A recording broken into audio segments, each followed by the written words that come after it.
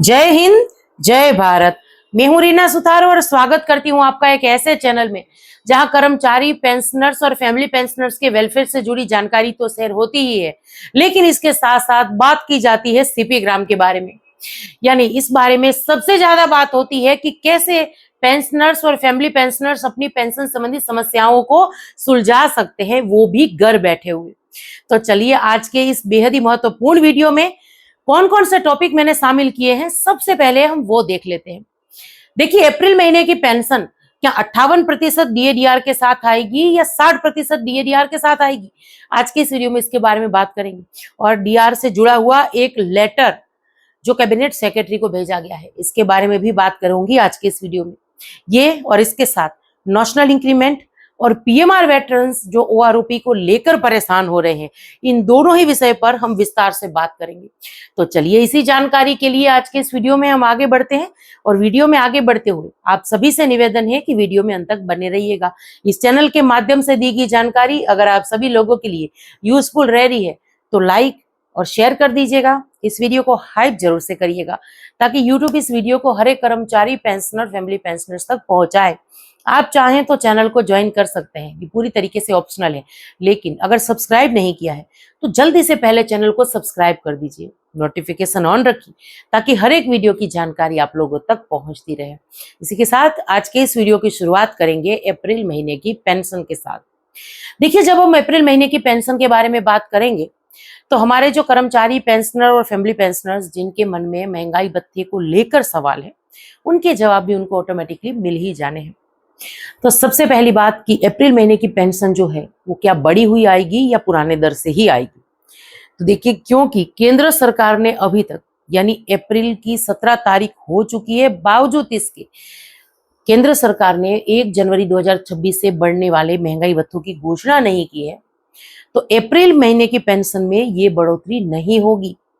अगर अब कभी भी अगर केंद्र सरकार इसकी घोषणा कर भी देती है तो भी कोई चांस नहीं है कि अप्रैल महीने की पेंशन में ये बढ़ोतरी हमें देखने के लिए मिले। तो अप्रैल महीने में भी वही पेंशन आएगी जो मार्च में आई थी, यानी 58% के हिसाब से ही महंगाई भत्ता जुड़ेगा।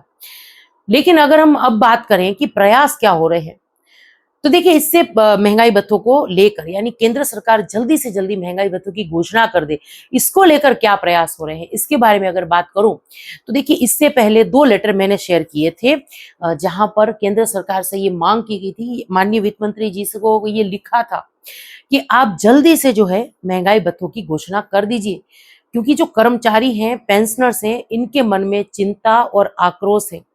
कहीं पर देखिए ये नाराजगी जो है केंद्र सरकार तक पहुंचाई जा चुकी है। 16 तारीख को कुछ प्रदर्शन हुए थे जिसकी जानकारी मिली है। अब इसके साथ साथ एक और लेटर लिखा गया है शिव गोपाल मिश्रा जी के द्वारा 13 अप्रैल को, जिसकी जानकारी अभी आप स्क्रीन पर देख पा रहे हैं। देखिए इस लेटर में भी यही कहा गया है कैबिनेट सेक्रेटरी से कि जल्दी से जो है आप डीएडीआर की घोषणा करिए। केंद्र सरकार से ये मांग की गई है कि महंगाई भत्तों की घोषणा जल्दी से कर दीजिए, क्योंकि कर्मचारी पेंशनर्स जो हैं उनमें चिंता आक्रोश है, जो ये देरी हो रही है इस वजह से। क्योंकि देखिए जहां पहले बात आ रही थी कि 50% केंद्र सरकार जो है डीए को बेसिक में मर्ज करेगी, चाहे कर्मचारियों की सैलरी है चाहे पेंशनर्स की पेंशन है, इनकी बेसिक में 50% या 25% मर्ज की बात आ रही थी। वहीं पर अब चिंता इस बात को लेकर है कि कहीं केंद्र सरकार 8वें वेतन आयोग में डीए बढ़ोतरी का जो ढांचा है उसको तो बदलने नहीं जा रही, क्योंकि ये तारीख बेहद ही महत्वपूर्ण है जब से महंगाई भत्ता फ्रीज हुआ है। फ्रीज अभी इसको इसलिए कह रहे हैं क्योंकि अभी तक इसकी घोषणा नहीं हुई है। बाकी लेटर्स वगैरह लिखे जा रहे हैं, प्रयास हो रहे हैं। आने वाले दिनों में कोई भी अपडेट होगी वीडियो के माध्यम से हम जरूर से शेयर करेंगे। इसी के साथ वीडियो में आगे बढ़ते हुए बात कर लेते हैं नेशनल इंक्रीमेंट को लेकर। देखिए अप्रैल 2023 में माननीय सुप्रीम कोर्ट का एक ऐतिहासिक फैसला आया था नेशनल इंक्रीमेंट को लेकर, जिसमें यह कहा गया था कि सभी ऐसे पेंशनर्स जो रिटायर हो रहे हैं जून या दिसंबर में और जिनको नेशनल इंक्रीमेंट लागू है, एक इंक्रीमेंट उनको मिलना चाहिए, लेकिन उनको नहीं दिया जा रहा था, उनको भी आप जो है नेशनल इंक्रीमेंट दीजिए।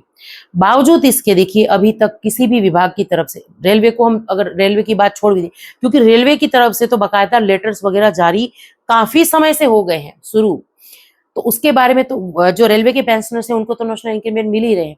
लेकिन अगर हम बात करें हमारे डिफेंस की, तो देखिए उसकी तरफ से कोई भी अलग लेटर मुझे देखने के लिए नहीं मिला है।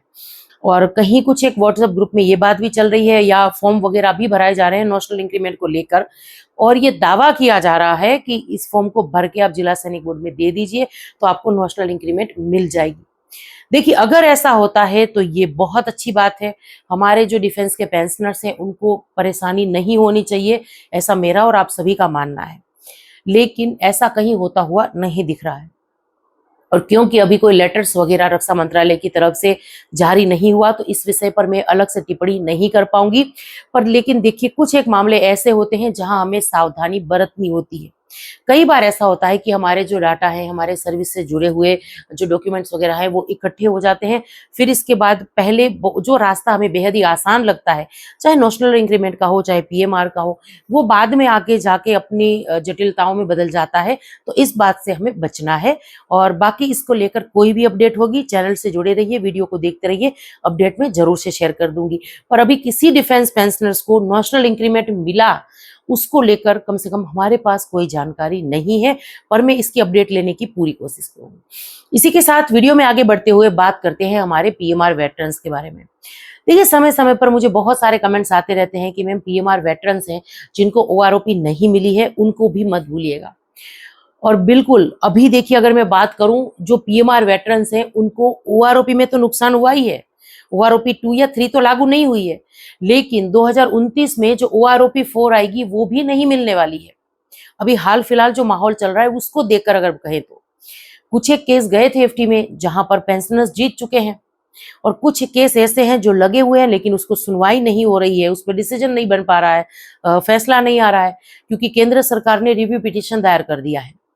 तो अभी इस महीने अगर कोई सुनवाई वगैरह है पीएमआर वेटरन्स के लिए एफटी में, एफटी प्रिंसिपल बेंच जो हमारी न्यू दिल्ली है उसमें केंद्र सरकार ने जो रिव्यू पिटीशन दायर किया है उसकी अगर सुनवाई होती है तो डिटेल में हम उसके बारे में बात करेंगे। मैं अपडेट तो जो है वो शेयर करती रहूंगी, लेकिन अभी इसको लेकर समय लग सकता है।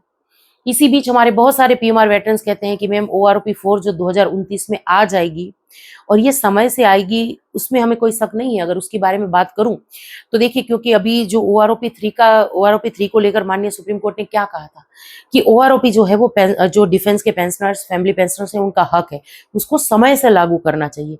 इसीलिए ओआरओपी 3 जल्दी आई थी, उसमें एरियर वगैरह भी कम था, यानी उसमें डिले नहीं हुआ था। तो केंद्र सरकार ओआरओपी 4 को भी 2029 के आसपास लागू कर सकती है। और ऐसा होता है तो देखिए ओआरओपी 4 की अगर बात करूं तो उसमें जो डाटा लिया जाएगा वो 2028 का लिया जाएगा, यानी 8वां वेतन आयोग के तहत हमारे जो पेंशनर्स, हमारे जो सर्विंग पर्सन है डिफेंस की, उनकी जो सैलरी होगी उसके हिसाब से ये सारा कैलकुलेशन वगैरह होगा, या जो पेंशनर्स है उनकी पेंशन से कैलकुलेशन होगा।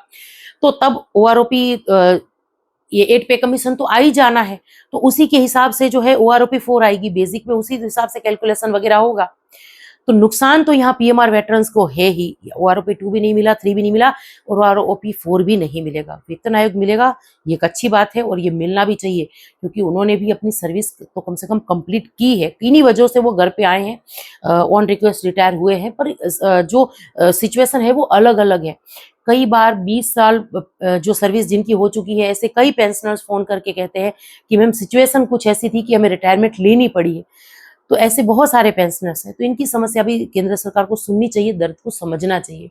और अगर पीएमआर वेटरन्स को ओआरओपी नहीं मिलती तो भविष्य में उनको बहुत सारा नुकसान होने वाला है उनकी बेसिक में। पर अभी अगर मैं सिचुएशन की बात करूं तो देखिए यही है कि रिव्यू पिटीशन दायर हुआ है, इस वजह से इसको लेकर जो है कोई फैसला नहीं हम ले पा रहे हैं, इसको लेकर क्लियर नहीं कह पा रहे। क्योंकि देखिए कल मुझे बहुत सारे ऐसे सवाल आए हैं या हमारे गुजरात के भी कि पीएमआर वेटरन्स के लिए भी ऐसा है कि आप जिला सैनिक बोर्ड से संपर्क करिए और आपको जो है ओआरओपी मिल जाएगी, कुछ इस तरीके से। लेकिन इसमें मैं कुछ भी साफ नहीं कह पाऊंगी क्योंकि देखिए अभी जैसे कि मैंने अभी पूरा ये सिचुएशन समझाई पीएमआर वेटरन्स के लिए क्या है क्या नहीं है। केंद्र सरकार ने रिव्यू पिटीशन दायर किया है माननीय एफटी न्यू दिल्ली में, तो जब तक उसका जजमेंट नहीं आ जाता, फैसला नहीं आ जाता, तब तक किसी के लिए भी कुछ भी कहना काफी मुश्किल होगा। ये केंद्र सरकार के हाथ में है कि सभी पीएमआर वेटरन्स को ओआरओपी दे, और केंद्र सरकार के द्वारा अभी तक कोई भी ऐसा लेटर, ऐसा आदेश, मेमोरेंडम अभी तक नहीं आया है। इसीलिए हम ये नहीं कह पाएंगे कि आप जिला सैनिक बोर्ड से संपर्क करेंगे तो आपको जो है ओआरओपी मिल जाएगी, ये काफी मुश्किल लग रहा है। तो चलिए यही कुछ जानकारी थी। आज के इस वीडियो में हमने बात की अप्रैल महीने की पेंशन को लेकर, नेशनल इंक्रीमेंट को लेकर और पीएमआर वेटरन्स ओआरओपी को लेकर जो परेशान हो रहे हैं इसको लेकर। अब ये सारी जानकारी आप सब लोगों को कैसे लगी कमेंट्स के माध्यम से जरूर से शेयर करिएगा। इसी के साथ आज के इस वीडियो से विदा लेती हूँ। जय हिंद।